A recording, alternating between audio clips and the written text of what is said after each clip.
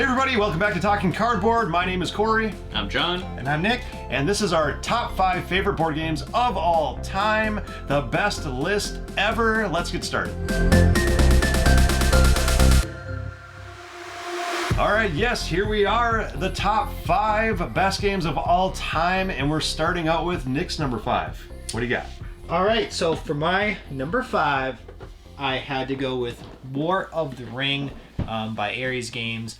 Now, this is 2nd edition, by the way. This is like Star Wars Rebellion, which we talked about in the first first segment of our top 10. Spoilers. Reverse spoiler. Yeah. This is kind of like Lord of the Rings in a box. You have all the main characters, all the different types of units and factions in this base and core box of War of the Ring. And it's an area control, dudes on a map style game, but with lots and lots of complexity to it, and a very innovative action selection system using dice. So you would think for a game of this magnitude, you wouldn't use like such a simple action selection system with dice, but that's how this game is run, and it works very nicely. It's definitely a game that I don't think I can say is justified this high on my list based on gameplays, because I've only played it like a little bit, but I know it deserves to be this high on my list because it is that solid of a game, both from its adherence to the original IP of Lord of the Rings, but also the mechanics of the gameplay. So definitely hope to get this to the table more. I actually recently ordered the giant neoprene map for the game. Oh, that'll be so that will be fun to play with. And there is expansions for this game, which I've been eyeing, which I've yet to really play the core game, but that's just how it is. You want the expansions before you even play the base game. Yeah. Nonetheless, learn to run before you can walk. Yeah, makes sense. Yeah, I have not played this game. This game scares me, to be real honest. Is it that scary? Is it easy enough to play, or is it complex? It's. I think it comes across more complex than it really is when you're looking at the rulebook. The rulebook is scary, but at its heart, you're rolling dice and you're taking actions that are pretty, including movement actions with the dice too, like different terrain. Yeah, and all that. some die are like an army action, which is how you move your army. Some actions are like you get to play a card. So it's these dice kind of focus the game for you, so you're not so overwhelmed when it's your turn. Sure. To figure, what should I do? It narrows down what your options are. Yes, exactly. Cool. So, and that's kind of and you're manipulating the dice too, and that's like its own little mini game of how you're using these dice. That sounds really cool. Yeah. Cool. Awesome. Well, my number 5 is another scary game that scares off many game players, and that is Spirit Island. And you should be afraid of it too. I would not jump into this game. This is not for the faint-hearted, but really, all kidding aside, it is doable though. If you spend the time with it and you just spend, the first gameplay is going to take you maybe a couple extra hours to really understand what's going on. You might play it wrong the first couple times too, and that's okay, but as it develops into eventually playing the game correct, it is just amazing. It is definitely obviously my 5th favorite game of all time, but my top solo game of all time. I have a load of fun with it. I think the main reason for it being my top solo game is that it doesn't change the game at all. You play it solo, 1, 2, 3, 4 players. It doesn't change the game at all. The only difference is that you are building out the map larger for more players. You have these different map tiles that you're putting together in random fashion, so every game feels really different. Solo, you just have one map tile. A 2-player game, you add a second tile randomly to the map, and you're just playing on a bigger island, essentially. Another game like Root that is completely asymmetric with the Spirit factions. The theme is really cool, too. I'm going to get into the theme before getting into those factions, where the spirits are warding off the colonizers from coming onto their island. So it kind of flips the script. Normally games are, you're trying to search for those islands and colonize them and trying to do, build your towns and your cities the best you can to get, the most points to win the game or that sort of thing. This is the complete opposite.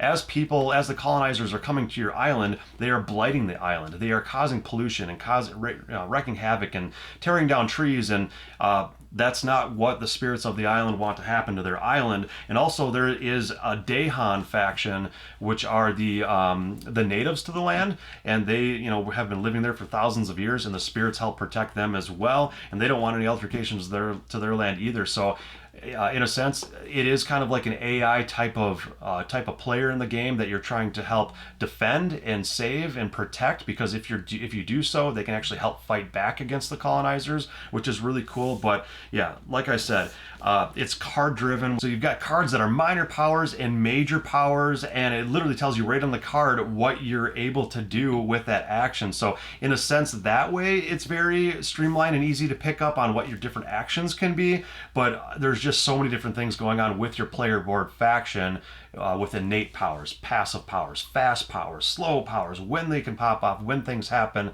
and the variability is just so great. You can play the normal game, just regular. You can play with an adversary. You can play with a different scenario, and I think that's what really speaks to people.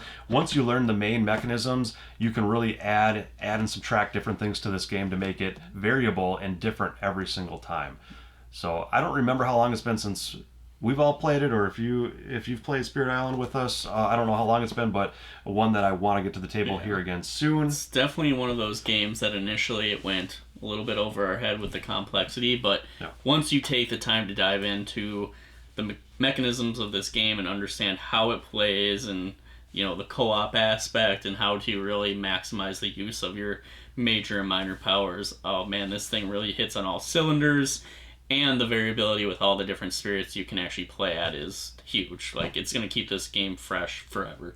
Yeah, Yeah, I definitely, hearing you talk about it makes me want to get to the table, because I have in my collection, I got it a few years ago. I think I sat down and tried playing it through with my wife once, and it was similar what you were saying, John. It was maybe a little over our heads, but the game itself is, as Corey just talked about, a really cool game, really cool theme. The asymmetry is what brings me into this game too. Like, I just love how there's these right, and it's very similar to another game we really like, Imperial Assault, where the challenge of this game, you're probably going to lose.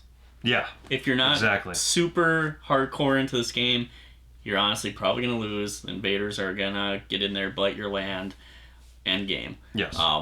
But that's what really makes this game shine too, is trying to figure out, either solo or co-op, how to overcome that challenge and actually win, because it just feels so much more rewarding when you do win. And that's really a part of the appeal. Now that I've played the game, tens and tens and tens of times now, I am getting a lot better at it, really good at it with multiple different spirits, to the point where I can add an adversary, and whether it's like the French coming in, or the Sweden, or any of these other countries kind of invading, they have their own levels of difficulties that ramp up the game to where I can beat it pretty regularly on all the way up to level 4 difficulty, which is getting pretty tough at that point. But each adversary goes up to level 6 difficulty.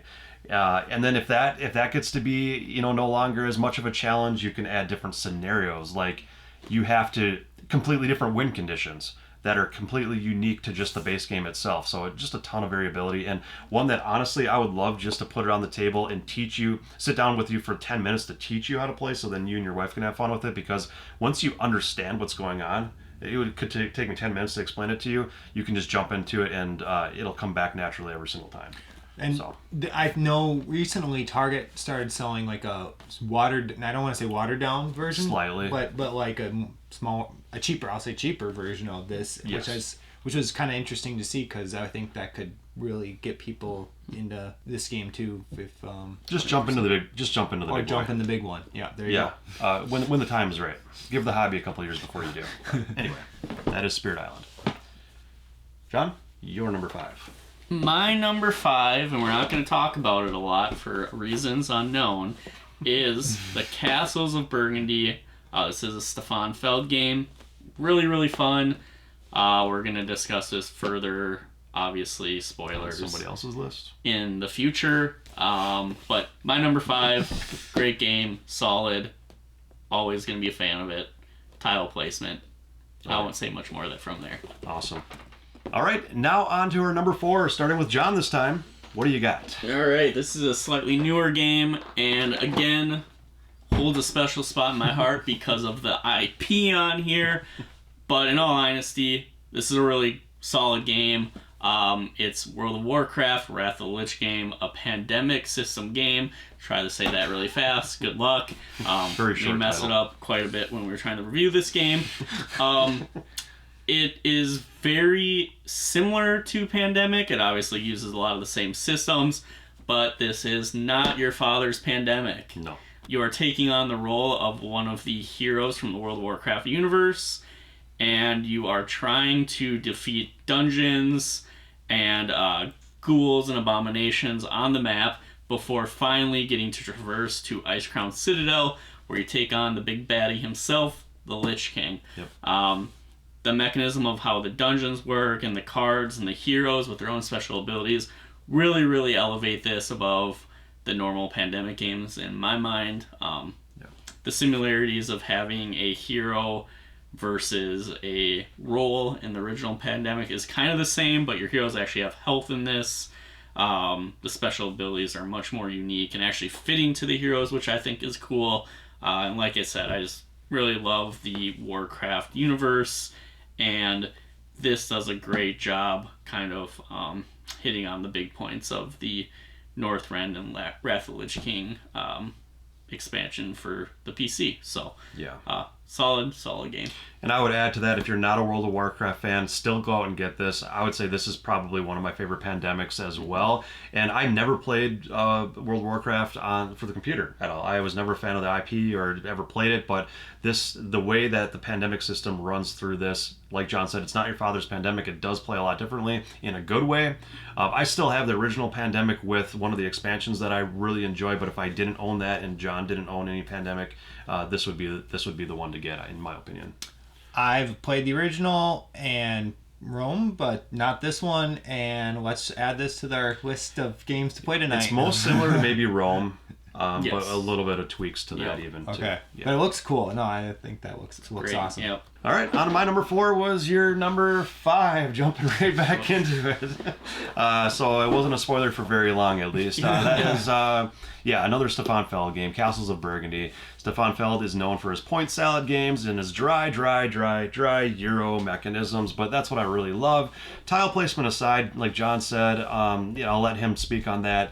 It is great. It is a great tile placement game, but what I enjoy, I think, the most about Castles of Burgundy, it's another one of those that when you look at it, it looks a little bit complex, but at the core of it, at the heart of it, it's very simple. And I really appreciate the simplicity. You roll 2 dice on your turn, and you do 2 different actions with those dice depending on what the pips are. You have some workers that can either add or subtract to the values of the dice, the different pips on the dice, which is fine. You can kind of mitigate that, but you're basically just trying to get tiles to build out your kingdom, to combo with those to get points in various ways, and it's just so streamlined and smooth the way that he designed this to where it's still strategically crunchy, but yet simple to play. I'm going to let John kind of speak on some of the things he likes. I'm a little disappointed you didn't bring the anniversary edition. Yeah, I brought the original just to kind of throw it back to the original, and they did. There was a Kickstarter for the collector's edition by Awaken Realms. Ooh. That is now releasing to backers' hands here too. I didn't back, but hopefully at least one of our local game stores backed it to where I can buy it. Where there's like castle minis and everything looks just gorgeous. And I mean, we saw what they did with the Great Wall and all those other. Great. Yeah. So what do you like about it? Yeah, I mean, like Corey mentioned, the mechanic of using the 2 dice that you roll to perform actions is pretty unique. I don't know another game that I've played that uses that. And the tile placement is great. You all have your individual player boards. Technically, there is a side that is the same for everyone, but you can also flip it to an asymmetric side, which then kind of changes maybe what everyone's trying to do in the game a little bit. Yeah. The variability of the type of tiles you can get in this game are nice because you can go after like this farmland, and you actually can get more points based on the number of actual art cows or sheep that are on the tiles determines the points you're getting. So that's kind of cool. You've got your castles you're trying to build out, and it's just the tile placement with the mechanism of the dice really just hits on all cylinders for me, and I've really enjoyed this game. Yeah, me too. One you haven't played? I'm just trying to figure out where Burgundy is right now. It does exist. Yeah. I think it's in Germany somewhere. And it by has Kiev? castles. Is it by Kiev? That's the... Kiev. Kiev no longer exists, I don't think, but at one time it did. Oh. There you have it. What's your number 4? So number 4 for me is Too Many Bones, and I am holding the copy of my most recently received Too Many Bones product, Unbreakable, which is a standalone, kind of standalone / expansion for the Too Many Bones systems. I also have a huge trove chest in my collection of everything else before Unbreakable that's related to Too Many Bones. So I'm a big fan of this series of this game. It's a fully cooperative adventure game where you can play it solo or with other players, are in control of what's called a gear lock. And again, speaking of asymmetry, every that we've been talking about, that's kind of what we've been mentioning a lot here. Every gear lock in this game completely different, has completely different play style, and it has a very heavy RPG aspect to it where whenever in a game of Too Many Bones, you'll pick a boss, and then after you pick your boss, you'll have a series of encounters, and after every encounter, you're upgrading your gear lock with new abilities, and every gear lock has this whole skill tree of abilities that basically lets you roll additional dice on their turn when you're fighting these encounters, and all these different dice have all these different types of abilities. Some are like combat oriented where you're doing damage to the baddies, others are support oriented and they're healing you or your other characters, and there's also a lot of there's some that are counters and you're just trying to increase their value because there's some other effect. I mean, it's hard to kind of summarize them because they're all so different, but that's what makes this game so fun to me, is it makes you want to replay it because you want to try the different types of gear locks. But also then there's all these different types of baddies that are very asymmetrical, as well as the bosses are very asymmetrical. So there's just a lot of replayability in this game. You're rolling a lot of dice, hence the name Too Many Bones. I'm a big fan of rolling dice, so that also is why I kind of enjoy this game.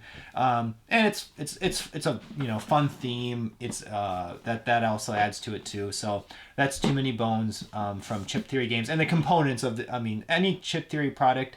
The components are top notch. The dice in this game are top notch. The chips you're playing with are top notch, and the neoprene mats also high quality, and the cards you're playing with are high quality. And another Minnesota local company. Yes, so another great company to have local here to us, which is really cool. I would say I would liken this to be the dice version of Spirit Island, essentially, where Spirit Island is card driven, cooperative. This is kind of the dice cooperative in the same line. Both, I think, kind of the same weight or complexity. Yeah, definitely. Yeah. Yep. And that's a good pick for that. Yeah, I haven't gotten that to the table a ton personally, but the few times we've played, I've had a blast trying out the different gear locks, and I like the RPG aspects of it and leveling up the dice and getting more dice. So yeah, cool. Another asymmetric game. All right, and on to our number 3 game. We're going to start with Nick this time. What's your number 3? So you may have seen this game earlier in a prior video, but my number 3 is Star Wars Rebellion, which was John's number 10. Spoilers? Number 10. Spoilers. Or number 10. Hopefully you're watching this go back from and check the high other to low. video. Yeah. I have to suspect it's only it's way down at 10 for John, because when we last played it, he forgot to have any guys in his Rebel base. He got trounced. It pretty much dropped at 2 to 10. This game is still really good. Yeah. But gosh. No, I mean, it's as we, I don't want to reiterate everything we've already talked about in the last video, but if you hadn't seen that video, check that out. But I will reiterate then the fact that this is Star Wars in a box. It's very asymmetric. Rebels are just trying to buy time, essentially, to win the game, whereas the Imperials are just trying to essentially take over every planet in the hopes of finally they take over the planet where the Rebel base is, and you have a much stronger army as the Empire. Just stomping on everybody. And yeah, it's I played the Empire last night. It has a lot of cool mechanics too, because you can build Death Stars and blow up planets, and you're sending your generals and admirals and other villains or heroes out to different planets to complete missions. It's really, really, really captures the Star Wars feel. Very thematic. And I love in this one how Star Wars. Yeah, exactly. I love in this one how they allow the different events to play out differently than the movies. Oh yeah. Just let it happen how it happens. It makes for a different experience every time, and that's really cool. It doesn't have to be tried and true to the books and the movies. It's its own thing. I always try to go and blow up Alderaan. Which is cool. You never know. If Which they're is there, cool too. I'm gonna get it. Yeah, which is cool too. Yeah. I mean, but if both players are playing into that, then the Rebels are going to lose. Right? No, I just loved when we played it last, the way I set up, figuring out, narrowing down, because I had one play where I captured a guy, one of your guys, so I set that up, so I captured him, and then the next play, since I had a guy captured, I was able to probe him and get And what planets did I say? Yeah. Dantooine, Hoth, and Yavin. So I knew it, and one of them I knew it wasn't because Very thematic. Yeah, and so then I knew it had to be one of those other two, and then I forgot how I narrowed it down at that point. You got to put Chewie in Carbonite though in this game. You can't put Han. It's got to be Chewie. So you can still hear the whimpers. Anyway, so Star Wars Rebellion, number 3. three. Cool. All right, my number 3, another game I haven't gotten to the table here in a while. This is the 2nd edition. It's got a little bit of dust on it actually because, anyway, I wish it would hit the table more. Great Western Trail, 2nd edition specifically because it's just got some upgraded components and a couple other things thrown into it. Dual layered boards is one of them, but in Great Western Trail, another game where there is seemingly a lot going on, but really at the surface, not too much. It is kind of a rondel style like game, but the trail isn't circular like a rondel. You're basically just walking up the Great Western Trail, and depending on what tile you stop on is what action you can do. So the different tiles have different actions. It's essentially kind of a worker placement and or worker movement game. All your workers have a set number of movement points that you can use to go to spots to trigger those worker placement actions, and those can be upgraded for more additional movement in the future. You are trying to you have a hand of cattle cards, and essentially you're trying to have different kinds of cattle to bring to Kansas City at the end of the trail, because the amount of diversity you have in your cattle that you're selling is more appealing to the people you're selling to, so you get more points and money for that. And then also that plays into the the value of points plays into how far you can send them out to different cities, which then in turn gets you points as well. So again, multiple layers of strategy, multiple facets that you can, paths essentially, no pun intended, that you can go down in this game to win, which is really cool, really unique. You can go the cowboy route, where you're really upgrading your cattle to be higher and higher value cows. You can go the engineer route, which is sending your train out further for more points, or you can go the craftsman route, where you can build actually better buildings than the other players that just give you a much stronger actions than the other players around the table. So yeah, it's got a really cool mix of a bunch of different things: hand management, worker movement, worker placement, rondel. I mean, yeah, throw everything in the kitchen sink into it, but that is what I really love about Great Western Trail. Yeah. And this isn't a game I haven't played a ton, but the few times we have played it, it definitely feels like it is a game, if I played it more, would be a top hit for me.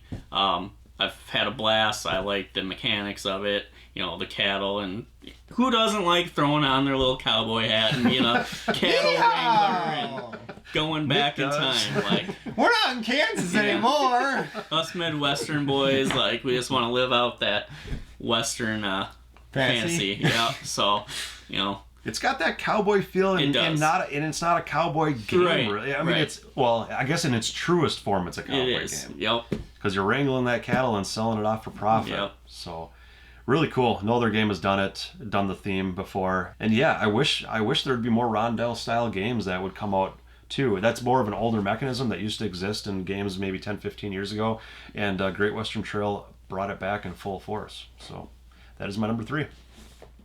John, your number 3? My number 3 is Brass Birmingham. This is a game that really grew on me over the last year. It's kind of like Great Western Trail, where we finally got to the table enough that I could really appreciate this game. It is very complex, but simple at the same time. Yeah. Your turns are pretty straightforward, but there is definitely a lot of strategy involved in this game and trying to think one step ahead of your opponents. But for now, I'm going to kind of just leave it at that, because there's strong reasons why me and Corey sat next to each other at this video for potential spoiler purposes. I'm leaving it at that. All right, now with number 2, John, what do you got?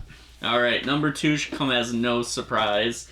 This is probably always going to be my number 2 game, because it is by far the game I play the most often, hands down, and that is Magic the Gathering the card game. Specifically, Lord of the Rings. Lord of the Yeah, I Rings? just happen to have bought these recently. They are the newest hot and You have that one ring popular card set. worth like. Yep, I definitely have the 2 million card. I'm holding on to it till that bounty goes up. But no, in all seriousness, Magic the Gathering, I've played this on and off since I was probably 13 years old. You know, I don't even know what to say about Magic. Everybody knows it. It is the card game. I mainly play Commander, which hence is why I have a pre-con Commander deck here. Really, really love the aspect of creating a 100 card deck that has one copy of any card outside of lands. I have a play group that we play almost every other week. You see so many variable strategies and decks, and I just love card games in general and trying to outthink my opponents. And also, you know, Commander kind of brings a little bit of the politics into the game on how you're trying to be the last man standing. So, yeah, I don't even know what more to say with Magic. I guess I've recently started getting back into the tournament scene a little bit. We did some pre-releases and drafts for this Lord of the Rings set, and those are also a blast. Sealed and constructed formats are pretty fun. So probably going to do more of that coming up, and yeah. It's withstood the test of time. So Yes. that is enough said right there. Yeah. Since 1993, I think it's been around, and it's been in full force ever since then. And I think the only downside to it is really getting kind of choked out of your mana, and or in the tournament scene, people cheating with their shuffle to not then in turn get choked out of your mana. But with that kind of ancient mechanism still in it, I mean, that's just a minor negative. Everything else with it is just such a great design. Yes. Yep. And I think I get credit for convincing John to get the 2-player pack of the Lord of the Rings. Did not do that, but another friend of ours did buy it. So it is out no there. credit You can play it. I only bought the stuff that appealed to me because I am a seasoned veteran. But that's the one thing I'll say as a non-seasoned veteran that I wish Magic would, and they probably don't have to appeal to me, to us non-veteran folk, but like just more ways of playing the game casually. Just dual decks, man. Just give me a box with like 100 cards. Here are all you need to have, like one of those Connects as a kid. Like here's a Connects pack. And that's with, what like, these pre-con commander decks are great at. I get them because they give me new deck ideas, and But isn't that one deck? yeah, but then. But no, that's what I'm just- saying. Like if you want to, hey, like Joe, let's go play Magic. I just bought this game of Magic. Let's go play it at home. Well, you just buy 2 of them. I don't think they do the dual decks anymore, do they? But They do actually. So Okay. for Lord of the Rings, they actually did do a 2-player dual deck. So just buy that and play It's with not your called wife. that. That's why I anymore. wanted Yeah. him to buy. I told him to get it. They do it He every didn't so get it. often. They do come out with that with some of their sets, just like you said, to kind of get new players. Yeah, no, and I involved. like Two that. balanced decks. Yeah. That you can just have fun. Yeah, with. That more yeah. applies to the standard format versus Commander or Draft, or you know, even just collecting cards is fun with this game. So All the different game types is really cool. Yeah, even draft itself is its own beast. You really have to study up on it to know what you're doing with that. Yep. So. for sure. So there you have it, Magic the Gathering. All right, on to my number 2. We're going to talk about it later. I'm pulling an audible. It might show up higher on somebody else's list. I don't know who's yet, but let's just talk about it when we get to there. Moving on to Nick's number 2. So my number 2 goes to Tide of Iron, which to me is the World War II tactical combat game that I would want to play. There's tons of these types of games that exist, but it is the right weight of complexity, yet but also simplicity. There's Memoir 44 that exists, which is kind of on the lighter end of the tactical World War II spectrum, and then there's Combat Commander, I would say, and that type of. And then the commands and colors system. Is that No. Command and Colors would go like Memoir 44. Yep. So that's more the lighter end, but then Combat Commander, Commander's which I heavy. never played, but you've played. I feel like that's even a little more on the complex. That's end. heavy, man. And was, yeah. this is like right in the middle, and also it's got great toy factor. You have all the plastic minis for the different units and tanks and jeeps, and what I also really appreciate about the Tide of Iron system is they have tons of different, very unique scenarios designed for the game. I've gotten all the expansions they printed for this game. Gears of War, which I've mentioned already. Unfortunately, Fantasy Flight stopped printing this game And another company took it up for a little bit called 1A Games, but they then unfortunately went bankrupt. So this game no longer is actively being supported. But nonetheless, to me, it's still put it the right direction. To me, it's still like the most fun World War II tactical game that I've played, and finally got it to the digital table via Tabletop Simulator with a friend over the last year, and we played several of the different scenarios, and that kind of convinced me that I really actually enjoy this game as much as I said I did, even though previously I really hadn't played it that much. But yeah, I'll say that. I would say this is one of the war games that I have been personally wanting to play myself for some time. From what you've said about it, it seems like it's the right weight for me to want to get into it. Not that the heavier war games don't have their place, but for however, how many games we play so often, it's hard to get those heavier, longer games to the table. So I think something like this would definitely be appealing. Yeah, I definitely would agree with that. And shockingly, for how big of a buff I am on history, and especially, what guy doesn't like World War II history. I haven't played a ton of military strategic type games, and Tide of Iron definitely sounds like something that'd be right up my alley. So yeah, cool, good pick. All right, and now the moment you've all been waiting for, our number ones. Number one best game of all time. Let's start with Nick for this one. All right, so all right, I know Corey's going to do some great video editing to magically put some shake in there, and keep your hands there the whole time. I'll just edit the game in for you. So my number one game of all time goes to... You don't have to tell them. They can see it. Oh. No, I'm just kidding. Go ahead. My number one game of all time is Twilight Imperium. I'll say 4th edition. I think I only actually ever played the 4th edition. And Twilight Imperium is one of those games that I think most people in the hobby have at least heard of and understand. It's a huge dudes on a map sci-fi space opera 4X, the kind of 4X game in the hobby where you are a alien faction trying to be the first to get to 10 objective points, or I think they're called objective or victory points nonetheless. And what makes, and this is a game that is definitely a lifestyle game from the standpoint that if you're going to play it, you need to set aside basically a day to play it. Yeah. That immediately is going to turn away a ton of people. A lot of people don't have the patience for that. However, I say that, and for my bachelor party, I had a lot of my non-board gamer friends play the game with me, and I thought I saw some smiles, some enjoyment from my friends. So I think it's one of those games that you maybe just have to kind of force people to play. As you're putting the game back in the box. After you're done. A lot of smiles, No, during the game. Oh, during the game, okay. Yeah. But anyway, so there's a lot to be said about this game. It's huge. It's not overly complicated, honestly, even though if you visually saw it, you'd be scared of it. But it's actually not that complicated as much as there's just a lot of finesse in how you play the game, whether, in terms of the politics and diplomacy, since it's one of those games where you're going to be making deals with the other players, but at the same time, at some point you might be stabbing your ally in the back. And to keep the theme going, what makes this game stand out to me is its asymmetry again. In the 4th edition, you get 17 factions to play with, all pretty different in how they work. Each has its own strengths and weaknesses, and that makes the game, for me, makes me want to come back and play it again with a different faction. And then there's so many different things that can happen during a gameplay of Twilight Imperium, because there's all these different laws that come in that are going to be different from one game to the next. Yeah.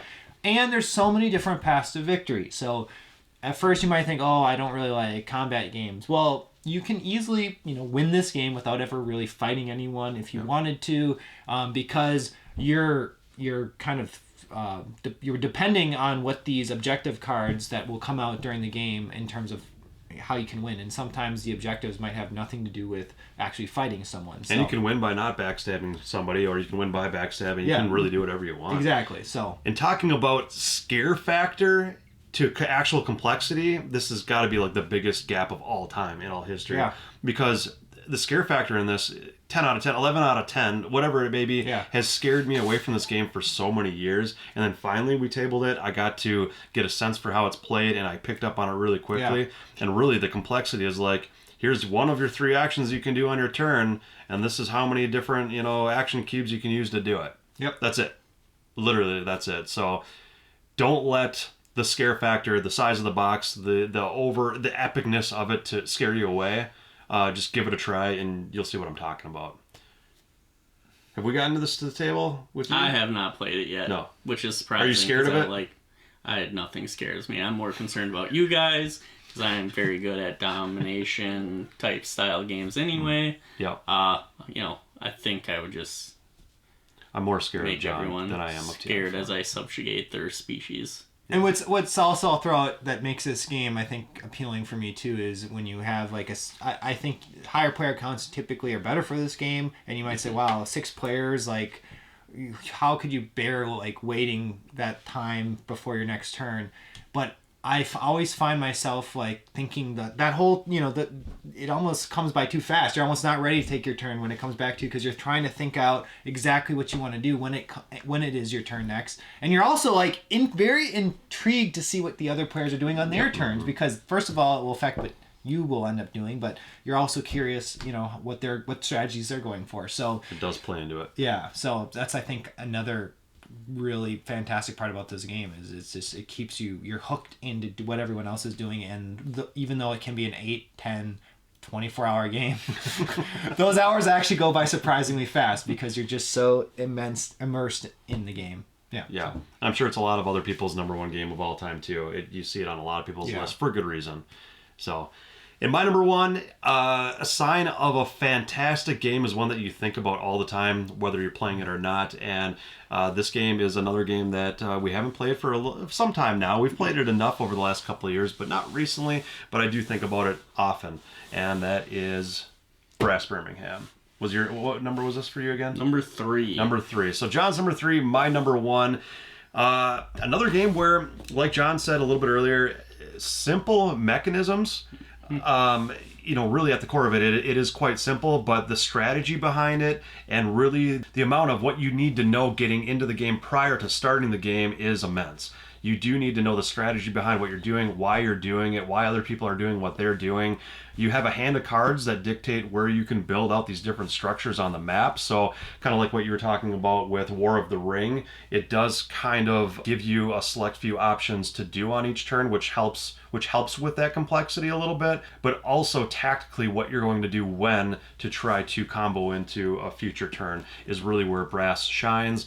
Like I said, you're trying to build out these different industries, and you're trying to flip the tile over essentially to get the points for it, to get the passive income for them, and to really generate that engine that you've got going for your industry or for whatever network of company that you're trying to run essentially. It's really cool the way the coal works and the iron works in this game. In the market. You're manipulating the coal and iron supply. Yep. The market manipulation is awesome, and when you're building like a coal mine or like an iron works for the iron on the board, you're actually placing those materials on top of the tiles, and anybody can use those as long as they're connected to you, which is a good and a bad thing. You're feeding people what they need to build their own industries, but then also if they're using what you supply, and you use all the supply off of your own tile, you get to then flip your tile for that passive income and victory points. But you might be like, oh shoot, I needed that material for myself though.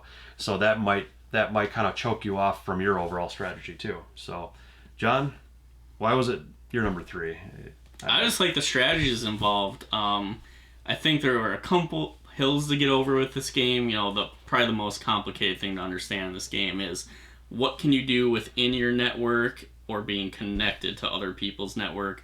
That's a huge... Because they are different. Yes, they are different. Only certain actions can apply to network versus connected, so that's a huge distinction. Trying to plan ahead of your opponents is a big thing in this game because there are limited building spots, and in certain rounds you can only have one building that you own in certain cities until you get to the second era, which is when you've now gone from riverboats transporting your items to trains, where now you can build multiple buildings in cities, but you're still trying to maximize your buildings and what you're trading and how you're connected to the system in order to gain victory points and also you want to streamline what you're trying to do because you get more points based on how many goods you sell or manufacturer centers that you build out.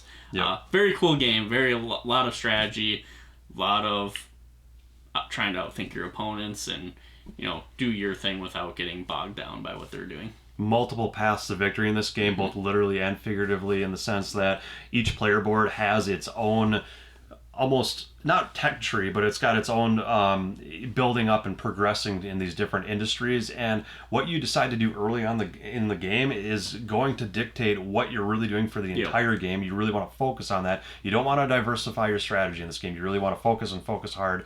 And then not only that, I think some of the nuances too is like creating those links is huge and often overlooked. At least for me, I overlook those links, and that can generate and pop off a huge number of points out of nowhere. I guess thematically, for the simple fact that you're providing a network for not only yourself but for other industries too, to really drive their engines as well. So you're going to get rewarded for that.